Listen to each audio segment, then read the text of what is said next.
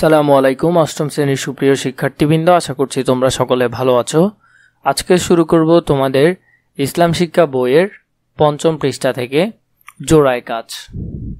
মহান আল্লাহর পরিচয় তথা আসমাউল হুসনা জানার মাধ্যমে আল্লাহ সম্পর্কে তোমার নতুন যে বিশ্বাস তৈরি হলো। ১. আমরা যদি আন্তরিকভাবে অনুতপ্ত হয়ে আল্লাহর কাছে ক্ষমা চাই, তাহলে আল্লাহ আমাদের গুনাহ মাফ করে দেবেন। ২ নম্বর, মহান আল্লাহ সর্বশক্তিমান, তিনি পৃথিবীর সকল কিছু নিয়ন্ত্রণ করছে।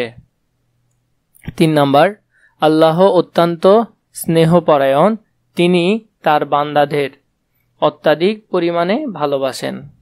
৪ নম্বর, আল্লাহ পরাক্রমশালী, তার প্রভাবের কাছে বিশ্বের কোনো কিছুই উপযুক্ত নয়।